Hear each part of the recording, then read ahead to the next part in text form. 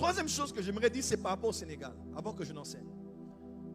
En 2018, je prophétisais pour le destin de M. Vital Kamerhe au Congo.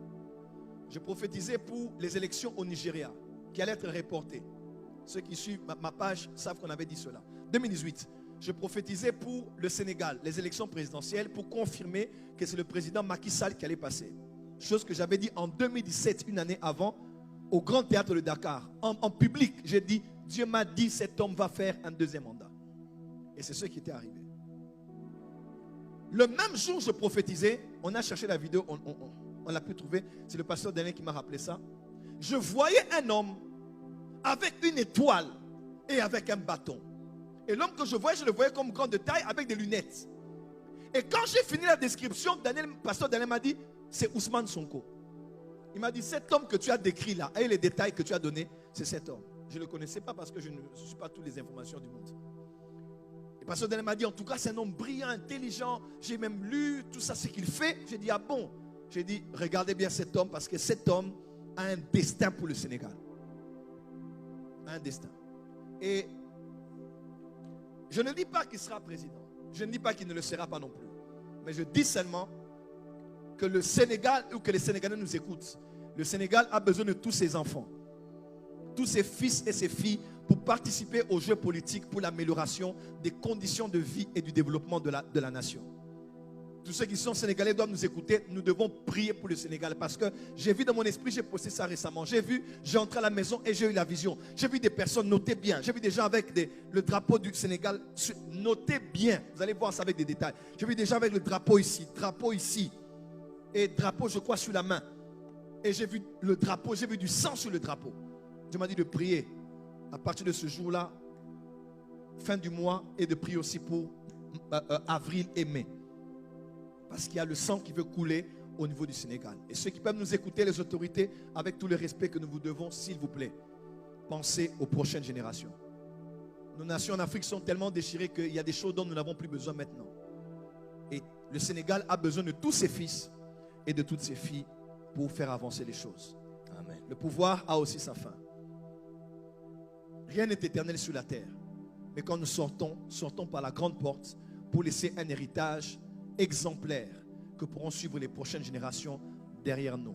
Amen. À l'instar de ce que le docteur Myles Munroe disait, il disait en son temps, docteur Myles Munroe disait, les politiciens pensent aux prochaines élections, mais les hommes d'État pensent aux prochaines générations. Amen. Ne pensez pas à élection, troisième mandat ou autre, pensez au sang qui ne doit plus couler. Il a assez coulé. Le Sénégal est un pays panafricain. J'ai été là-bas plusieurs fois, j'ai été même à l'île de Corée. Il ne faut plus que le sang coule. Il a assez coulé sur notre terre. Amen. La suite, je vais donner cela après l'enseignement. Levons les mains, on va prier.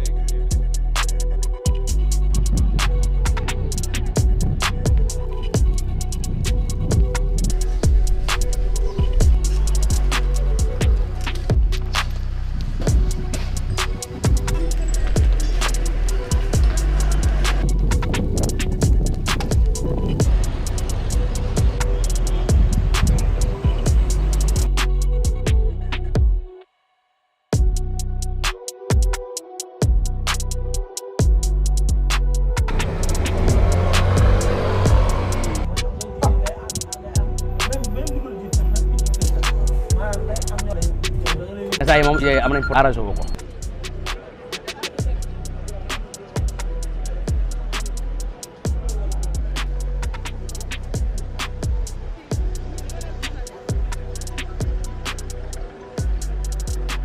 La majorité de ces personnes arrêtées étaient en possession de cocktails Molotov, d'armes blanches, d'armes à feu de gros calibre. Les forces de sécurité ont fait face à des manifestants violents qui ne cherchent pas à exprimer des opinions, mais qui sont plutôt engagés dans des activités subversives.